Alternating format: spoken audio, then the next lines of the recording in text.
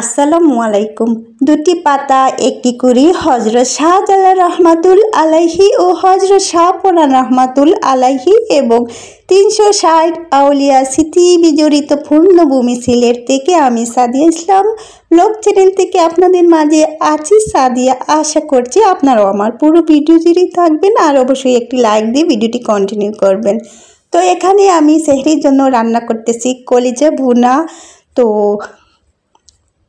তারপর মুরগির চামড়া দিয়ে হাড় সব কিছু দিয়ে আমি শিম রান্না করতেছি।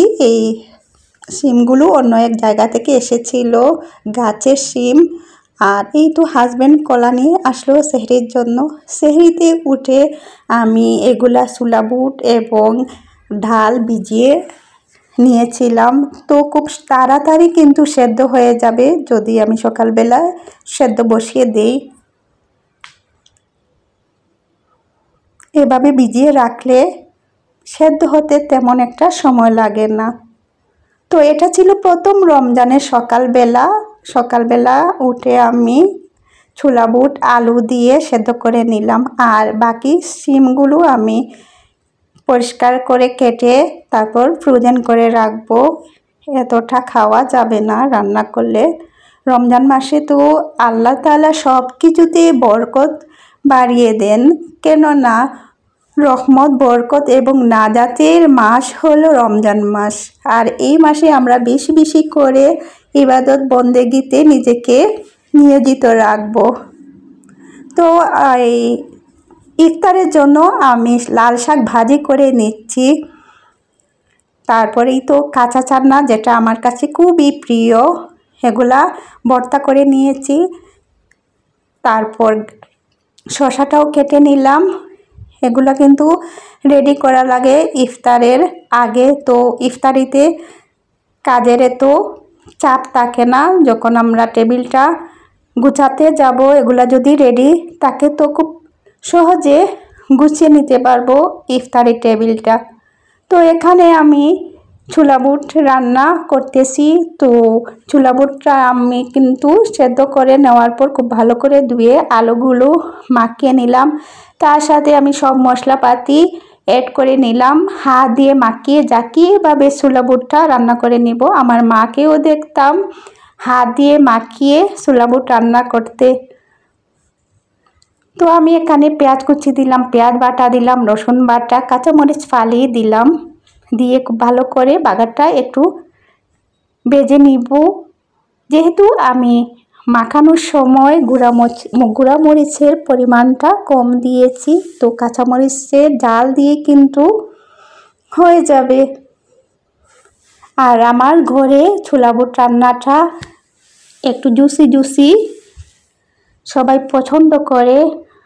এত শুকনা খেতে পারে না আমার হাজব্যান্ড এবং বাচ্চারা, তাই আমি এই ছোলা বুট রান্নাটা একটু জুসি করছি। তো এবার হাত দিয়ে মাখানো ঝাঁকানো ছোলা বুটটা দিয়ে দিলাম বাগারের মধ্যে। দিয়ে আমি খুব ভালো করে নাড়াচাড়া করে নেব। ভালো করে আর নাড়াচাড়া করতেছি, এক হাতে আমার মোবাইলটা দিয়ে ক্যামেরা করতেছি, অন্য হাতে নাড়াচাড়া করতেছি। তো ভিডিও করা কিন্তু অনেক কষ্টের কাজ।